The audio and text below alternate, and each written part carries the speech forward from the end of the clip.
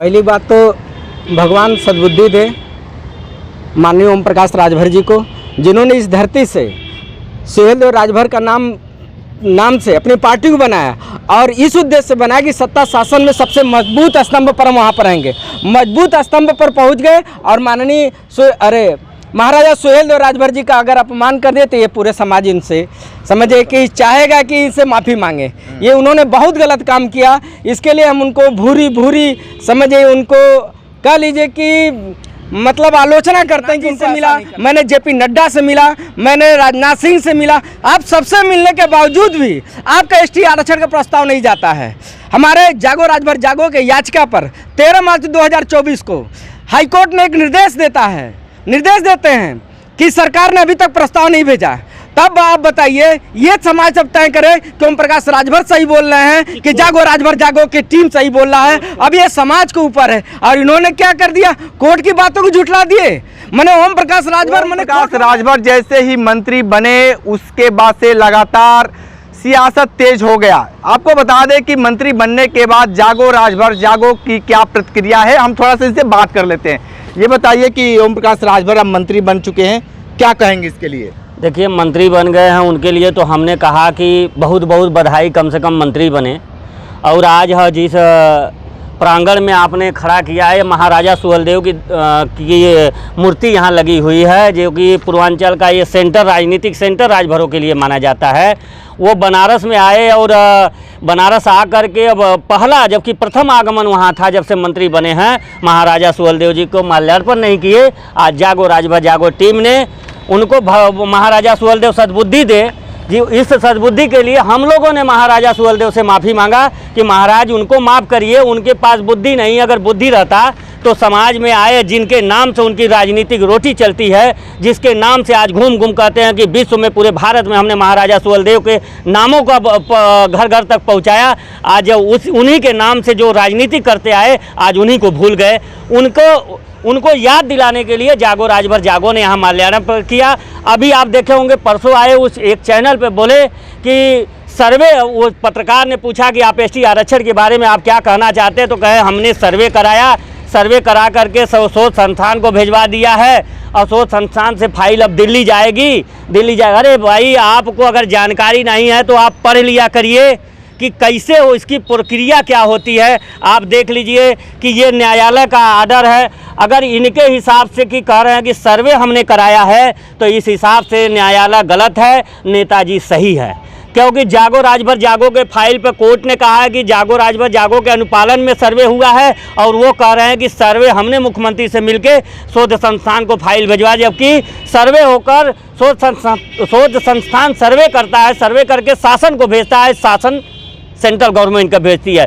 जानकारी नहीं है। रही बात, ये अपने बेटे को कह रहे हैं कि आप लोग जिता कर भेजिए, वहाँ सदन में बोलने वाला चाहिए। सदन में बोलने के लिए एसटी आरक्षण पे जानकार चाहिए। इसलिए हम कहते हैं कि अगर माननीय ओम प्रकाश जी को अगर इस मुद्दे पर ईमानदारी से निर्वहन करना है, तो माननीय जिस सदन में जागो राजभर जागो टीम के किसी सदस्य को अपने पार्टी से, वहाँ से जो अपने बेटे को लड़ा रहे हैं, वहाँ से किसी सदस्य को, जागो राजभर जागो के सदस्य को लड़ा करके सदन में भेजने का काम करे। क्योंकि सदन में जाएगा, जब जानकारी रहेगी तभी वो अपने सदन के पटल पे अपनी बात को सही तरीके से रखेगा। जो समाज को गुमराह कर रहे हैं अपने बेटे को सेटलमेंट करने के लिए, तब ये जान लीजिए अगर वो अपने बेटे को लड़ाते हैं तो समाज को गुमराह कर रहे हैं, समाज के साथ धूर्तबाजी कर रहे हैं, बहरूपिया का काम कर रहे हैं, समाज को गुमराह कर रहे हैं। समाज अब समझ चुका है। इसलिए हम लोगों ने इसी को देखते हुए हमने कहा कि आज इनके आपके माध्यम से हमारी जो आवाज़ अगर उनके तक जाती है, तो कम से कम इसका अध्ययन कर लें कि क्या सच्चाई, क्या अगर उलूल जुलूल कह रहे हैं कि कुछ साथी उलूल जुलूल बयान दे रहे हैं।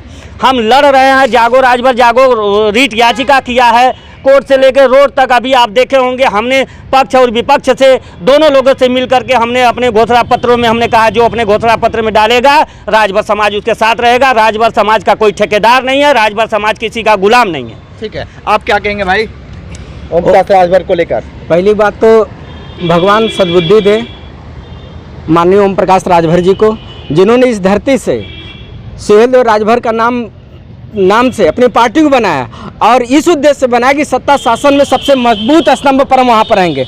मजबूत स्तंभ पर पहुँच गए और माननीय महाराजा सुहेलदेव राजभर जी का अगर अपमान कर दे तो ये पूरे समाज इनसे समझे कि चाहेगा कि इनसे माफ़ी मांगे। ये उन्होंने बहुत गलत काम किया, इसके लिए हम उनको भूरी समझे, उनको कह लीजिए कि मतलब आलोचना करते हैं कि उनको ऐसा नहीं करना चाहिए। रही बात एसटी आरक्षण का, आपने देखा होगा खुले मंच पर उन्होंने एक न्यूज़ चैनल पे कहा कि मैंने अमित शाह से मिला, मैंने योगी आदित्यनाथ जी से मिला, मैंने जेपी नड्डा से मिला, मैंने राजनाथ सिंह से मिला। आप सबसे मिलने के बावजूद भी आपका एसटी आरक्षण का प्रस्ताव नहीं जाता है। हमारे जागो राजभर जागो के याचिका पर 13 मार्च 2024 को हाईकोर्ट ने एक निर्देश देते हैं कि सरकार ने अभी तक प्रस्ताव नहीं भेजा।